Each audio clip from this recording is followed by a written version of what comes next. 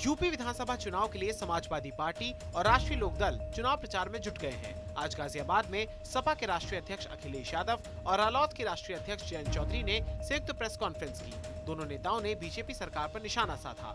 दोनों नेताओं ने कहा कि हम लोग पढ़े लिखे हैं और नौकरी और रोजगार की बात करते हैं। अखिलेश यादव ने कहा कि बीजेपी सरकार ने यूपी के विकास का रास्ता रोक दिया है और लोगों ने बीजेपी का सफाया करने का मन बना लिया है।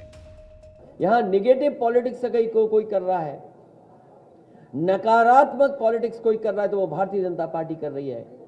हम दोनों लोग मिलकर के नकारात्मक पॉलिटिक्स को खत्म करना चाहते हैं। एक बार फिर वही भाईचारा की पॉलिटिक्स करना चाहते हैं।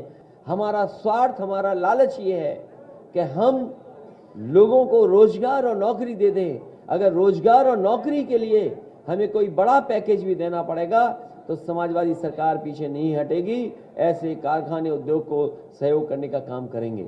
आरएलडी और समाजवादी पार्टी का प्रयास है, हमें मुकाबला झूठ से करना है, अफवाह फैलाने वाले लोगों से करना है, नफरत फैलाने वाले लोगों से करना है। जिन्ना की बात, औरंगजेब की बात, इन बातों से उत्तर प्रदेश की जनता से का कोई लेना देना नहीं। हम नौकरी और विकास की भाषा बोलने वाले लोग हैं, पढ़े लिखे लोग हैं, तरक्की चाहते हैं, तरक्की की भाषा बोलेंगे। यूपी चुनाव में सबसे पहले पश्चिमी यूपी में मतदान होना है। 10 फरवरी को प्रथम चरण में पश्चिमी यूपी के 11 जिलों के 58 सीटों पर मतदान होगा। ऐसे में सभी नेता यहां प्रचार के लिए पहुंच रहे हैं। इसी कड़ी में आज अमित शाह मुजफ्फरनगर और सहारनपुर पहुंचे। गृह मंत्री अमित शाह ने मुजफ्फरनगर के दंगों के जरिए समाजवादी पार्टी और राष्ट्रीय लोकदल गठबंधन पर निशाना साधा। उन्होंने मुजफ्फरनगर में डोर टू डोर चुनाव प्रचार अभियान में कहा कि मैं मुजफ्फरनगर से सहारनपुर तक के लोगों से पूछना चाहता हूँ कि क्या आप सब दंगों को भूल गए हैं क्या? अगर नहीं तो वोट देने में गलती मत करना, नहीं तो मुजफ्फरनगर फिर से जल उठेगा। मैं जब प्रभारी बना उत्तर प्रदेश का, शुरू में ही दंगे हो गए।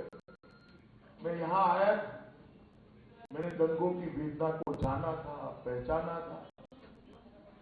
आरोप करने वाले पीड़ित बन गए और पीड़ित थे उनको आरोपी बना दिया। खैर मैं बाद में बात करूंगा, मगर मैं आज भी दंगों की वो पीड़ा को भूला नहीं।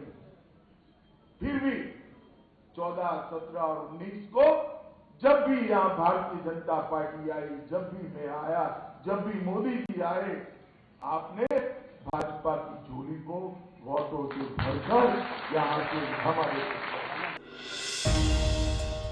मुख्यमंत्री योगी आदित्यनाथ आज मुरादनगर पहुंचे। यहां किसान नेशनल इंटर कॉलेज में सीएम योगी ने प्रभावी मतदाता संवाद कार्यक्रम को संबोधित किया।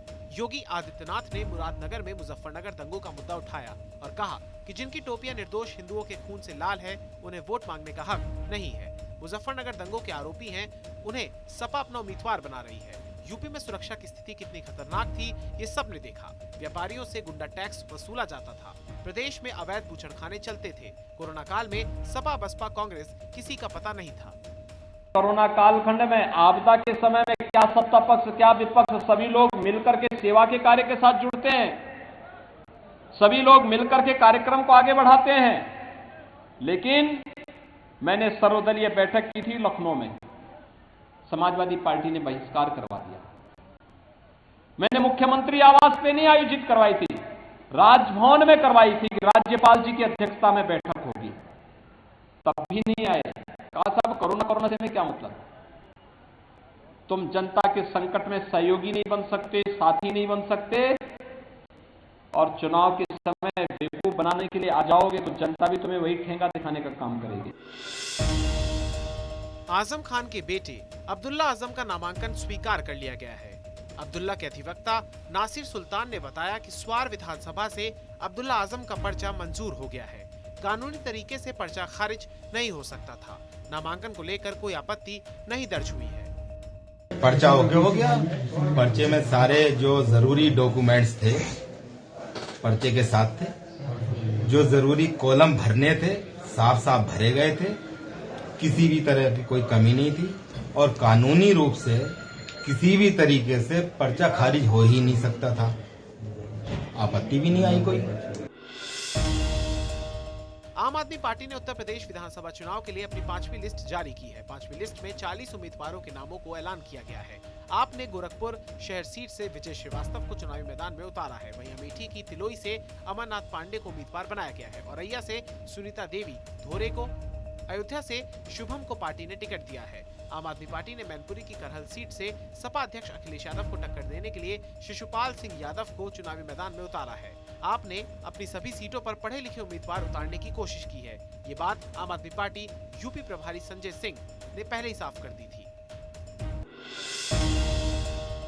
उत्तर प्रदेश चुनाव के प्रथम चरण का मतदान 10 फरवरी को है। ऐसे में सियासी हमले भी तेज हो रहे हैं। शुक्रवार को शायर मुनव्वर राणा ने सीएम योगी पर हमला बोला। उन्होंने कहा कि अब यूपी में हालात ठीक नहीं है। इस बार यूपी में योगी की सरकार बनी तो मैं पलायन कर लूंगा।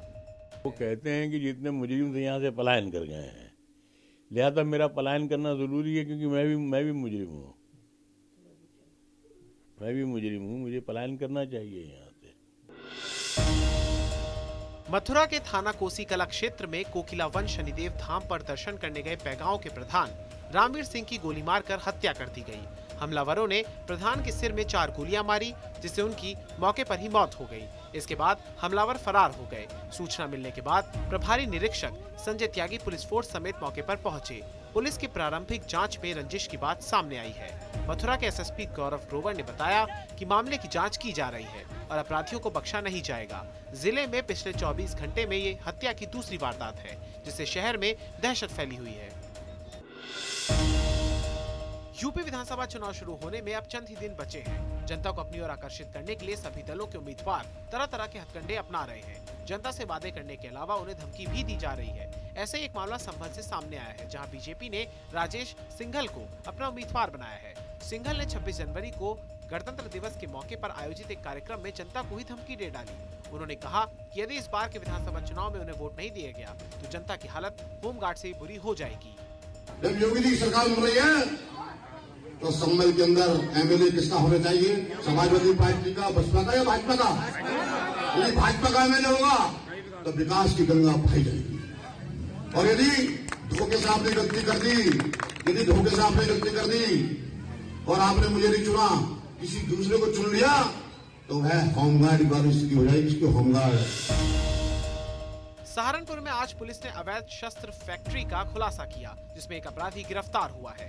गिरफ्तार आरोपी तस्लीम थाना हाजा का पेशेवर हिस्ट्री शीटर अपराधी बताया जाता है, जिसके कब्जे से भारी मात्रा में अवैध शस्त्र और शस्त्र बनाने के उपकरण बरामद किए गए हैं।